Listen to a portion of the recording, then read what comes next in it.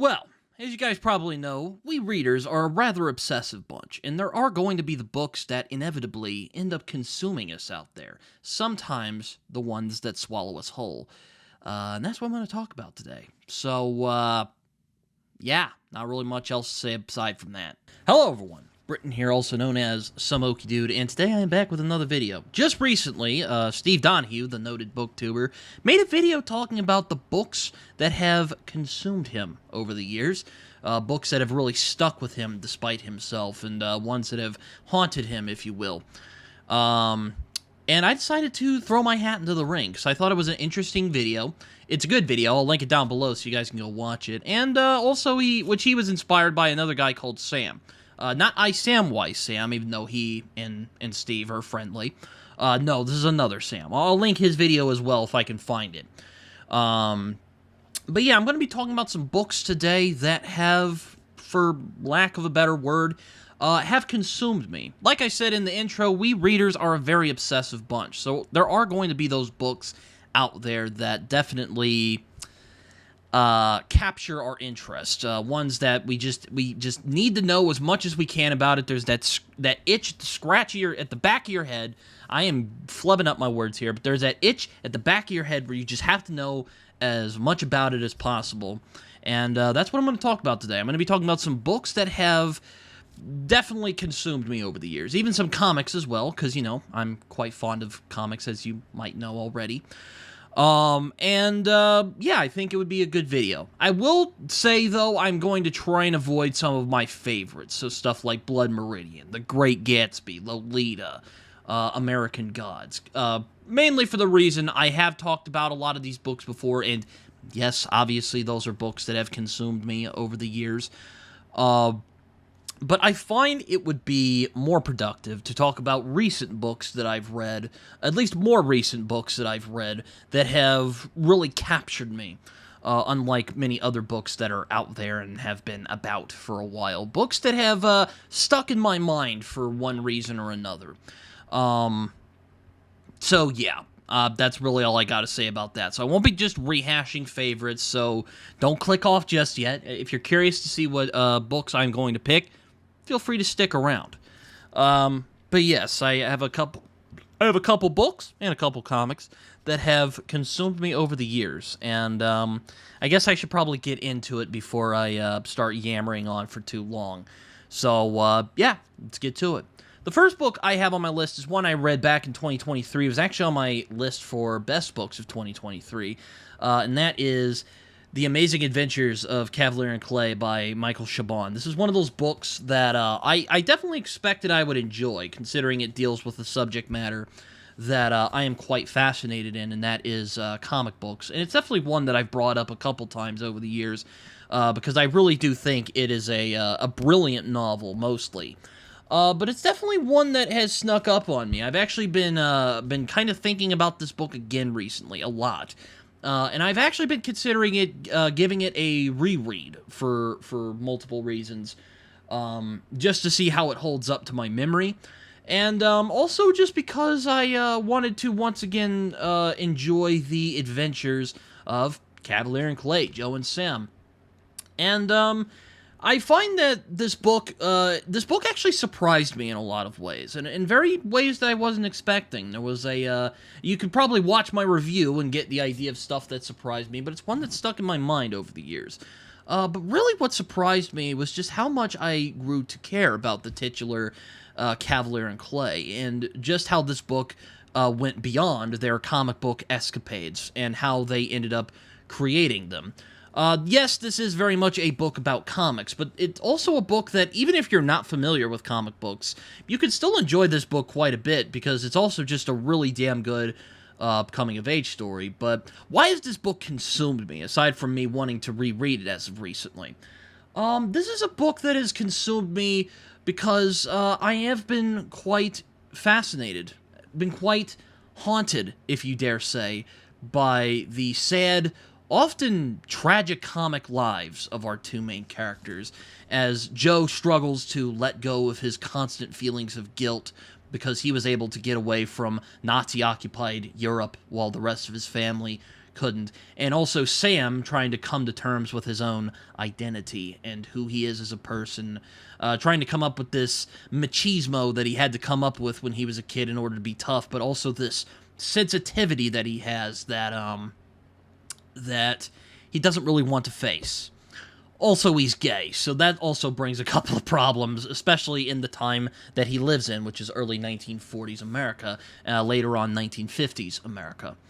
But it's also a very warm and compassionate novel, particularly towards the middle of the book, which is actually part of some of my favorite parts of The Amazing Adventures of Kavalier and Clay. Just seeing Sam and Joe living their lives, trying to figure out relationships, and trying to figure out how they're going to make it in the world. And there were parts of this book that truly touched me, far more than I anticipated that it would. This is definitely a book, even though it is probably going to go down as Michael Chabon's magnum opus, it is definitely a book that I would love to see a follow-up to at some point, because I do think there is still more story to tell about Joe and Sam. And there is sort of a messiness with this book that also haunts me. There's a messiness of it, especially towards the end, as we get a sort of satisfying but yet unsatisfying end, as the book kind of ends on a somewhat ambiguous note. Yes, it is mostly happy for the most part, but there is also the question of where Sam goes and what Sam's role is at the end of the day, and that's really what I think haunts me so much about The Amazing Adventures of Kavalier and Clay, are the trials that our main two characters go through. And they're very distinct from one another, even though they both come from the same place, which is trying to figure out their respective identities in a world that is rapidly changing. And that's really what I think makes The Amazing Adventures of Kavalier and Clay such a remarkable achievement, in my opinion anyway. And, yeah, Michael Chabon, Amazing Adventures of Kavalier and Clay, is definitely a book that has consumed me in a lot of ways. Definitely a book I would like to read again at some point, for sure. So, yeah, I won't say too much more aside from that. Second book is one from an author I talk about frequently on this channel because he's not talked about enough on regular old BookTube, and that is China Mieville. But before you guys roll your eyes and say, oh god, he's going to talk about Perdido Street Station again, the answer actually is no, I am not going to be talking about Perdido Street Station again. I am actually going to be talking about its follow-up, The Scar, which is a novel that I think is not only as good as Perdido Street Station, but as I've thought more and more about it, might be even better in some ways. Now, don't get me wrong, I prefer Perdido Street Station. I really prefer the mad ambition and the adventurousness of Perdido Street Station that I find that The Scar does not have. And I remember being initially disappointed. I really liked The Scar, but I was initially disappointed by the fact that The Scar didn't quite have that mad ambition that made Perdido Street Station so memorable.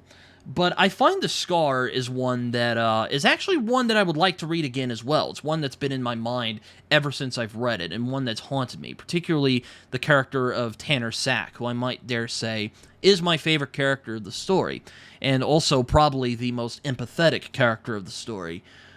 He definitely had my empathy most of the time. Probably some of Mieville's best characterization is in The Scar, particularly with Tanner and with Bellis, as they go through trying to figure out how Arcadia works. And it's also a study in contrast, as Tanner Sack makes connections and isn't treated like an animal because he is one of the remade, while Bellis, who is generally a more privileged person, considering in contrast to Tanner anyway, and is not treated like an animal due to something that was done to her horrifically, actually grows to miss the place that she was running from, since she was in connection to some of the characters from the first book. Though it's not really made a big deal out of. You can read Perdido and The Scar as two separate things. I mean, I think you could even start with The Scar if you wanted to. My friend Jimmy Nuts says that this is his favorite Baslag novel, and I can definitely see why. It's definitely a book that, like I said, it is better structured than Perdido. I love Perdido, but there is as Mieville put it, a messiness with that novel. I just said that about Kavalier and Clay earlier, but I do think it's true Perdido. And I kind of like that about Perdido. I like that kind of messiness. Mieville's still kind of figuring it out as he's going along. The Scar feels much more mature. It feels much more... not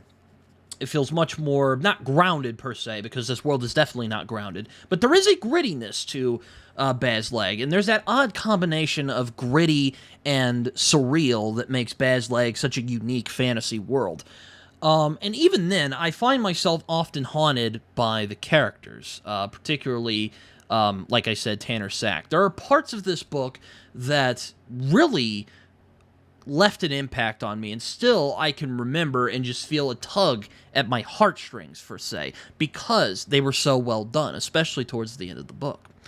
And this is definitely a book that I've wondered if it actually is a 5-star read, and I do want to read this book again to see that if I will give it the 5-star read that I think it might deserve.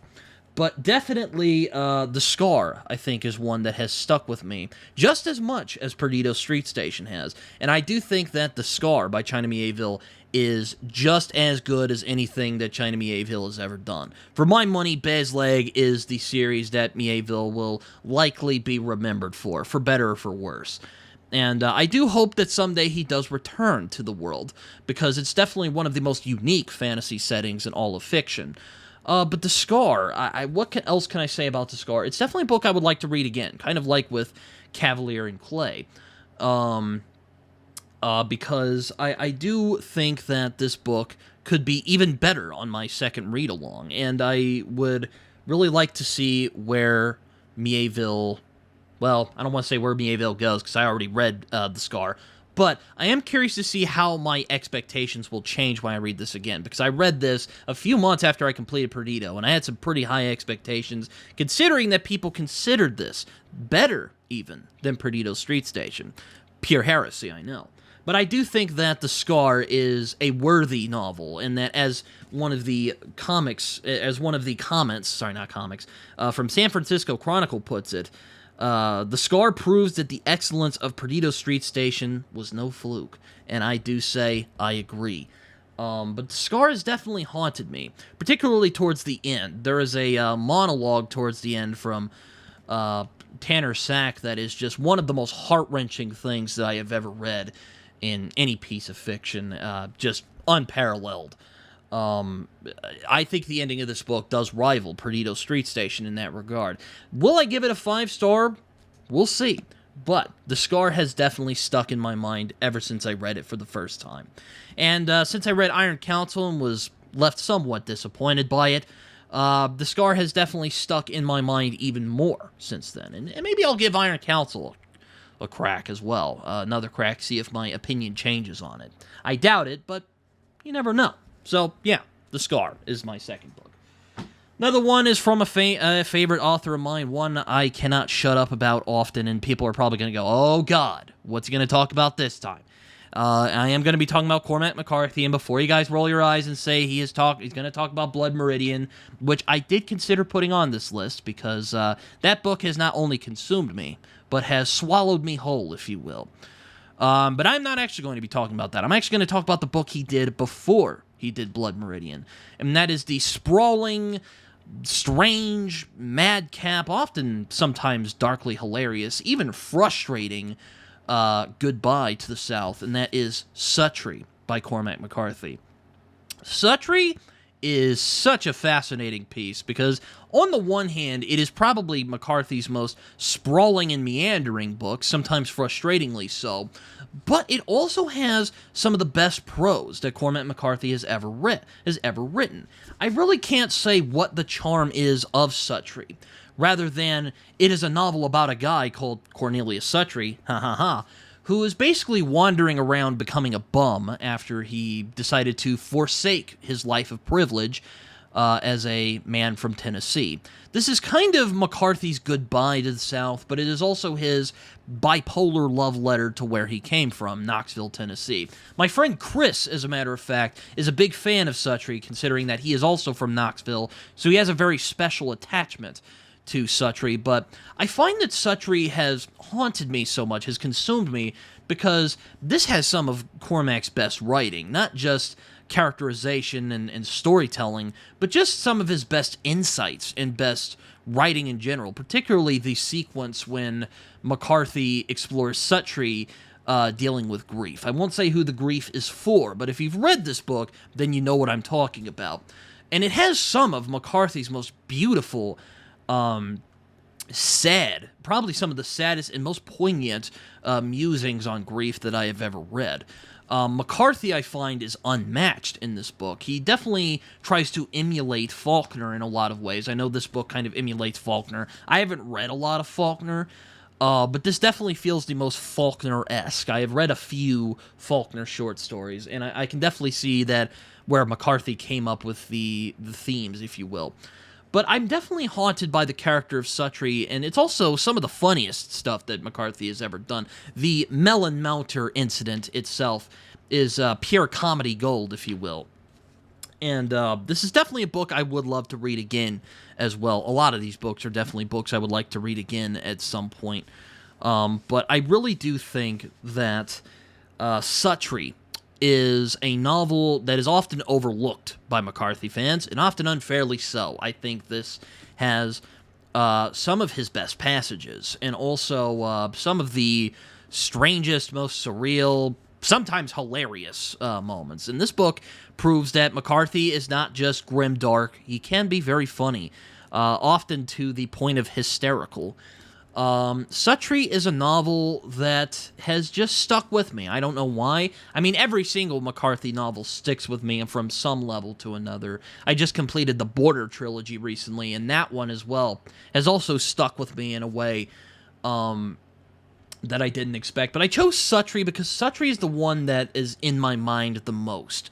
That isn't No Country for Old Men and Blood Meridian anyway. I don't know if I'd say this is one of my favorite of his. It's definitely one I do think he has written better things than Suttree.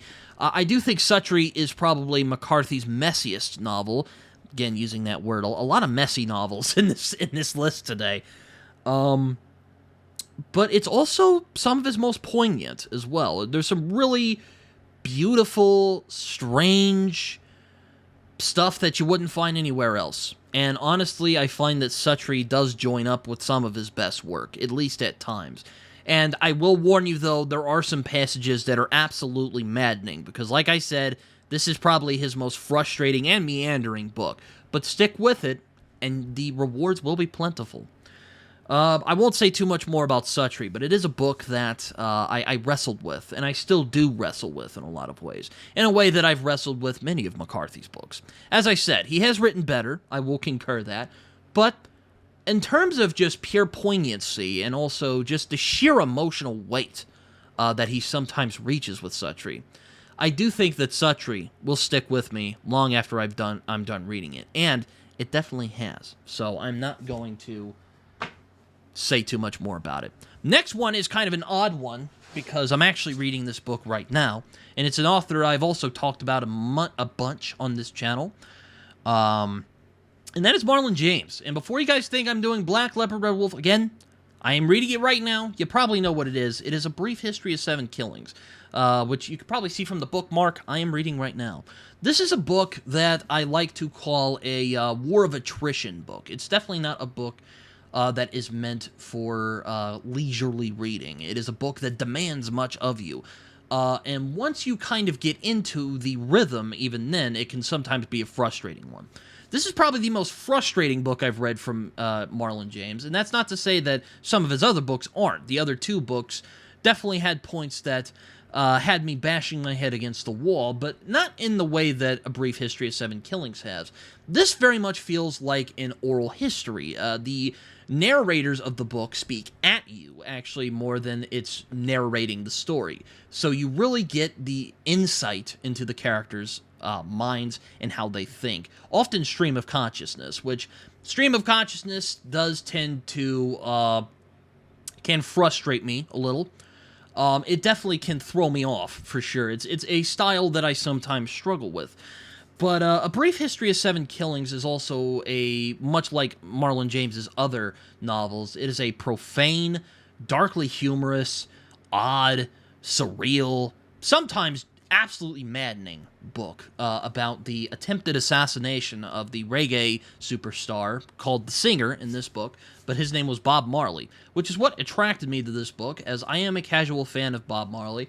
But why this book has consumed me is because I would like to finish this book before the end of September. It's probably not going to happen at this point, because I've gotten closer to the end than I thought I would. I am getting a bit closer to the end, so I could possibly do it, but I highly doubt that I'll make it because, it's a very dense book that requires a lot of thought. It's one of those books that I definitely have met in a interesting part of my life. I don't know if I was ready for A Brief History of Seven Killings. But it has definitely fascinated me all the way through, and there are definitely moments in this novel that are as powerful as some of the best things that Marlon James has ever written, particularly with a character called Bam Bam. But A Brief History of Seven Killings is a book that I will likely read again.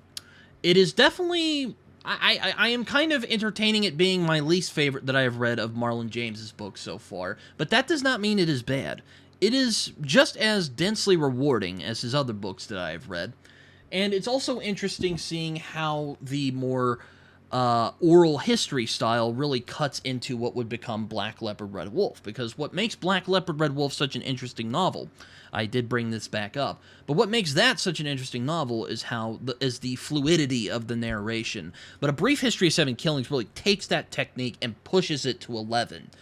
And you can really see him refining that technique in Black Leopard Red Wolf. But here, what can I say? It's a really interesting novel. It definitely won the Man Booker Prize for a reason, and hopefully I will be having a discussion with my good friend Raph Bluetext about this book at some point. It is like McCarthy, Tarantino, Faulkner, but with Jamaican patois. I highly recommend reading this with the audiobook because unless you are a Jamaican and understand patois, you will very likely be lost reading this book. So, yeah, A Brief History of Seven Killings. It has proven to be a war of attrition, as I've said, but hopefully I will conquer it, and I probably will conquer it soon.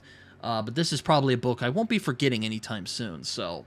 definitely keeping my eye on this one. Definitely one I will be reading again at some point. So, put that down.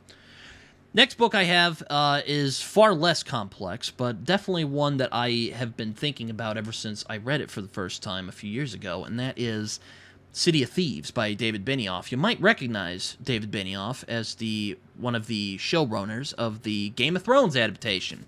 I was a bit hesitant with this book because, Game of Thrones ended so beautifully. I was kind of nervous that somehow Benioff would drop the ball, and much to my edification, that's a good word, much to my edification, this book shows Benioff at the height of his creative ability. Unlike the messy novels I talked about earlier, this might be one of the most efficiently constructed novels that I can think of in recent memory. There isn't a moment in this novel that feels wasted, and I generally dislike using that phrase. But much like with Cavalier and Clay, this book haunts me mainly because of the two main characters.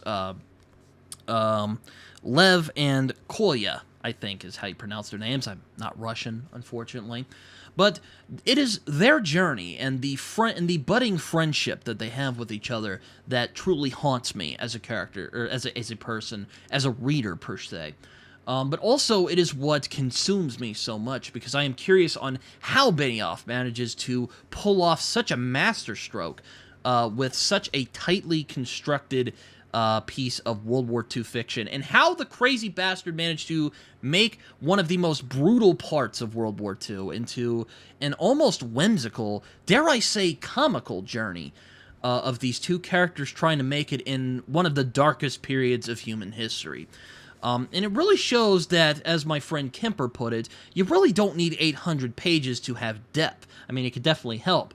But sometimes all you need is a good story with good characters, and you don't really need much more than how long this book goes. It says this book, Los Angeles Times says that this features a snappy plot, and for sure it does. And it's also definitely, much like The Scar, one I'm curious if I should have given a 5-star to. And definitely one I would like to read again to see if I finally tilt towards giving it that almighty 5-star review. because City of Thieves is just that magnificent, and it kind of reminds me of The Amazing Adventures of Kavalier and Clay, in the sense that it is about these two, well, one of them is Jewish, but the other one is Russian.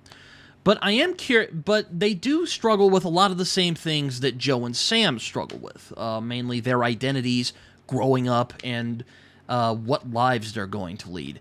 And it's very much amped up to 11. I'm surprised that Shaban didn't at least like this book. This book almost seems like something he would have penned. But it is a book that definitely has captured my attention, and it's definitely one that has kept my attention. I am hoping to have a conversation about this book as well. I won't say with who just yet, because I haven't really brought it up with them yet. But definitely this is one that I will read again at some point, and definitely one I would like to read again at some point, because it really is that good. And do check City of Thieves out. It is a fantastic book. I really don't know what else to say. Pure brilliance all the way through. So, for my last book that I'll be talking about one of my favorite authors, Dennis Lehane. And you might be wondering, well, what book could that be? Because he generally writes very powerfully, and he definitely does. But the book I'm going to be talking about is not actually Mystic River, though I did consider putting it on this list, and that is a book that has definitely consumed me over the years. I might need to make a part 2 to this, because there's a lot of books out there that have consumed me. But this one, I find, has consumed me even a little bit more than Mystic River, and that is Darkness Take My Hand, which is the second of his Kinsey and Gennaro books. But you don't have to read this after Drink Before the War, which is the first one. But very much I would like to describe Darkness Take My Hand as really Lehane's meditation on violence and the humanity's capacity for evil, and he does not hold back, I should say. This definitely joins Heart of Darkness and Blood Meridian as one of the most unflinching looks at human evil that I have ever seen, and Lehane does not hold back when describing the just pure evil that people can do to each other. As Joseph Conrad once said, a supernatural explanation for evil is not necessary. Men alone are quite capable of every wickedness. And S.A. Cosby actually said about this book specifically, it is a beautifully written descent into hell, and I cannot agree any more with him. And much like City of Thieves, I am quite surprised by just how meticulously constructed Darkness Take My Hand is. There isn't a moment in this novel that feels wasted, even though it does kind of meander a bit at times.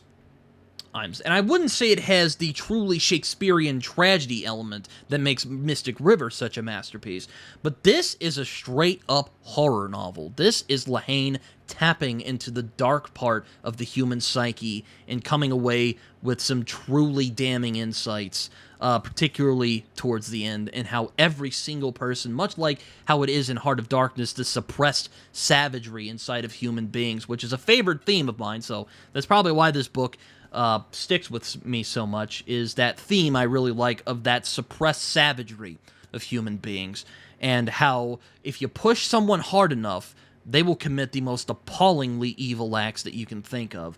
And Darkness Takes My Hand is a very gritty Boston noir take on that theme, and he does it very, very well, and the mystery in this is exceptionally well crafted.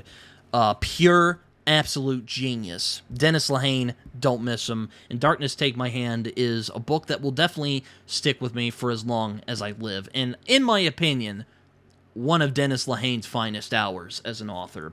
And also my favorite of the Kinsey and Gennaro series. Yes, even over Gone Baby Gone, which I know is the favorite of a lot of people, but truly, truly brilliant stuff. It's really where Lehane kind of came into his own. So, I have 2 comics here. I'm going to try and get through them as quickly as possible. Excuse me. One is probably going to make you roll your eyes. It's one of my favorite comics of all time, and is also, in my opinion, one of the greatest graphic novels / comics that have ever been penned. And you might know what it is. I can see the eye rolls now. I can see them. Just hear me out. It's Watchmen by Alan Moore. Now, before you guys go, well, Britton, you've been kind of avoiding the easy picks with a lot of your favorite authors. Why did you pick Watchmen? Well, again, kind of like with the other two books that I mentioned, there's just something about how meticulously constructed Watchmen is that just keeps me coming back and finding um, new things to carry from it. Alan Moore and Dave Gibbons really put all they know into this book, and they put their all into Watchmen, from the artwork to the storytelling.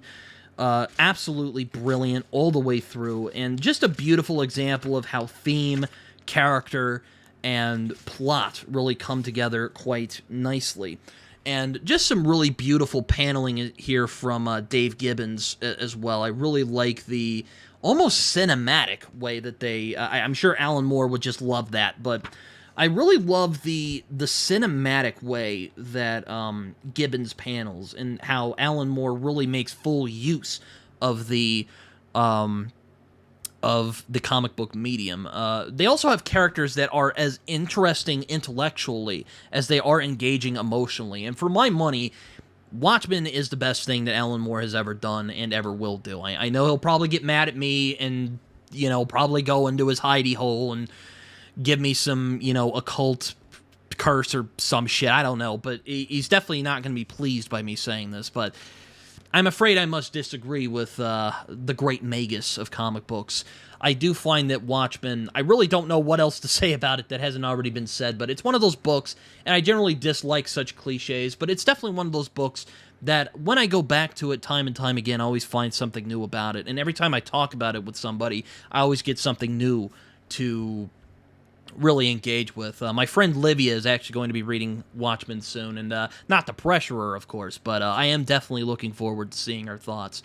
Why Watchmen has consumed me, it's definitely one I've read multiple times. I try to read it every few years just to see how it holds up, and for my money, it still holds up immaculately as a postmodern critique of the superhero genre. I mean, fuck Malazan. Like, this is the postmodern critique that most people are really dying for, though I am being somewhat facetious. I have only read the first comic. I've only read the first book, of Malazan. But Watchmen is definitely the comic that has consumed me whole, and will probably consume many other readers, and will probably be talked about until the end of time. And it was on the 100. It was on Time Magazine's 100 best English language novels since 1923. If that doesn't say anything else, I don't know what will. So yeah, Watchmen, brilliant storytelling, and also just one that has really swallowed me whole over the years, as many of Alan Moore's works have definitely over the years. Excuse me. And I don't think there has been a better deconstruction of the superhero since Watchmen. So there you go. And in my money, I don't know if the superhero genre has been able to fully recover from Watchmen.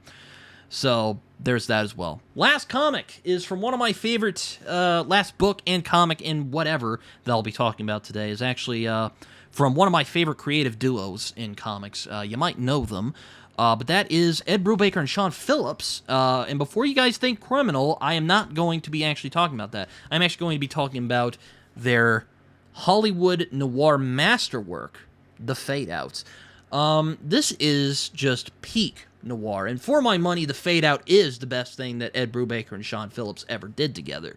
From the art to the storytelling, all the way down to the coloring. I mean, Elizabeth Brightweight, who is not talked about quite often, colorists, as my friend Carlos pointed out, as many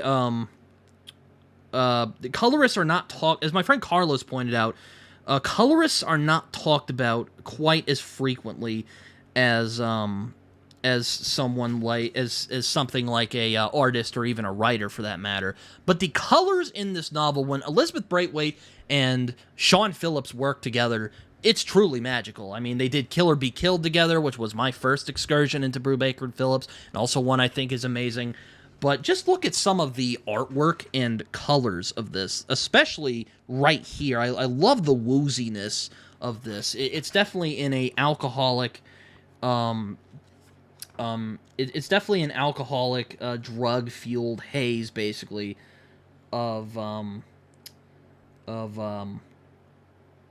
of several of the characters, but also it is very much a noir. It is very much an Elroyian and very damning critique of Hollywood in the 1940s, and they even were skeptical if they could have even pulled it off, but luckily they did. But why this book haunts me so much, well, much like why many of their other works have haunted me, especially because of the ending. There's that sense of inevitability that there is nothing you can do. I mean, noir is already a very pessimistic genre, but the ending of The Fade Out will just kick you in the balls, man. Like, it'll just absolutely just beat you up and just absolutely, it'll crush you. It will crush you. It will beat you and crush you. That is all I have to say. And I don't know how Brubaker does it. I don't know how he can end his story so well. I saw a critique once of one of their other collaborations called Pulp, which is also a great book, by the way. You should check it out. It's just one book. It's about 80 pages. You could probably read it in a day. But they said that their problem with Brubaker is that he can't end things. I absolutely disagree. I think he ends things brilliantly, at least most of the time. And The Fade Out, I think, is one of his most haunting works about power and corruption and how in a compromised world there really is nothing you can do. He almost reaches the heights of James Ellroy at times, and dare I might say exceed him at points. Because he isn't quite as madcap as the old Demon Dog can be. I hope that I'm just asking for plenty of writers to send me death threats today. But The Fade Out, I think, is the best comic that Brubaker and Phillips ever did together. I know a lot of people say Criminal, and I do really love Criminal, especially the first trade, Coward, which is probably my favorite of the storylines, at least so far. I haven't actually finished the series yet. But in terms of storytelling, art, and craft, The Fade Out is unmatched. And the reason it's consumed me for that while is because of that ending and the fact that I do live in this world. Much like how Ed Tom Bell says in No Country for Old Men, I guess I'll have to live in this world. And that is sort of the conclusion that you make at the end of The Fade Out. And you also make that conclusion and realize that that's not really a good thing. I don't know if it's a book that'll inspire you to try and be a better person, but it's definitely a book that will remind you, kind of like some of these other books I've talked about, such as Heart of Darkness or Blood Meridian, is that as long as human beings will exist, there will also exist corruption and the true depths of evil. It's also aged really well considering the Me Too stuff that happened about almost a decade ago now, which is ridiculous. But yeah, this aged like wine, I should say. But it's also just it's their magnum opus. I'm just gonna put it right there, right then. Right how? I know Carlos is gonna disagree with me. I love you, buddy. I think The Fade Out is their best work. So I mean, what am I going to say? It's a book that has consumed me for multiple reasons, but really that one is that it makes me confront the fact that I do live in a world that is corrupt, is fallen, as many religious people would say, and as long as we exist, we will always be that way. Not to say that we shouldn't try to change the world or anything like that. I do think that's a noble goal, but this book does remind me that if you're going to change the world, prepare to be disappointed, and be disappointed often. So, man, that's probably the most eloquent I've been in a long time, but what can I say? I'm really passionate about these books. Anyway, I hope you guys enjoyed this. Talk about some, comment down below. Tell me some books that have consumed you over the years, whether it be favorites or just books you've read recently that have stuck in your mind. But I hope you guys enjoyed this. Go check out Steve's video. It's a really good one. I'll link the videos below that were also of this subject. I hope you guys liked this. Like, subscribe, do all that stuff. Social media, as always. You can find me on Twitter. You can also find me on Goodreads and Letterboxd, where I write reviews that are probably more coherent than the one you just heard right now. You can also find me on Instagram and also Blue Sky. I'm starting to get used to it, so don't worry. I am starting to get the use of it. I am starting to speak gibberish. Like I said, like, subscribe, comment, do all that stuff. As my buddy John Minton likes to say, it feels good when you do all that stuff. And, yeah, so not really much else for me to say aside from Hope you guys enjoyed this. Hopefully it wasn't too long. We're almost at 40 minutes, so it was a bit. But not really too much else to say, aside from thank you guys for watching, and let me know what some of the books that have consumed you are, or even make your own videos. I would love to see them. But anyway, hopefully you guys enjoyed this, and, well, until next time. See you guys later. Bye-bye.